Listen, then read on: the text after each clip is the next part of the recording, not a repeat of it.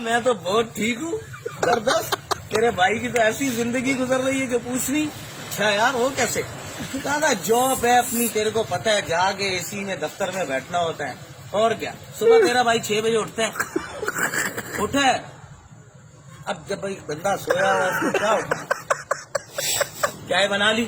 اب جب چائے میں اپنے لیے بنا رہا ہوں، ایک کپ اور بنا لیتا ہوں. بھائی تیری بھابھی بھی پی لے، کیا ہوا؟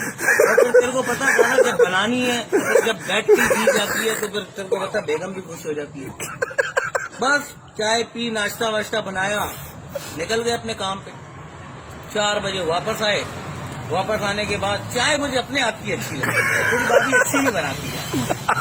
چائے بنائی، ایک کپ تیری بھابھی کے لیے بھی بنا دیتا. وہ تجھے پتا ہے پکانے کا تو مجھے بچپن سے یہ کام نہیں تیری بھابھی دیتا ہے. ہاں اپنی مرضی چلتی ہے میرے گھر میں پکاتا ہوں جو بھی پکانا ہو. اب پکا لیا تو تیری بھابھی کو دیتا ہوں باقاعدہ. یہ بھی ٹیلنٹ ہے، لے کر پوچھتا ہوں سنا بھائی کیسا ٹیسٹ ہے. بھابھی تیری کہتی ہے آپ جیسے ہاتھ کا ذائقہ ہی نہیں ہے. رات کو پھر میرا بھائی مجھے جو ہے نا جب تک نیند نہیں آتی جب تک میں کوئی کام نہ کروں. اب کوئی کام تو ہوتا نہیں ہے گھر میں تو میں بیگم کو بولتا ہوں برتن میں ہی دھوں. برتن میں نہیں دھونے بھائی، برتن تیری بھابھی کی کوالٹی ہے. جب میں بیٹھ کے دیکھتا ہوں نا ایک گلاس گرم لا کے مجھے دیتی ہے. تو سنا تیرا کیا حال ہے؟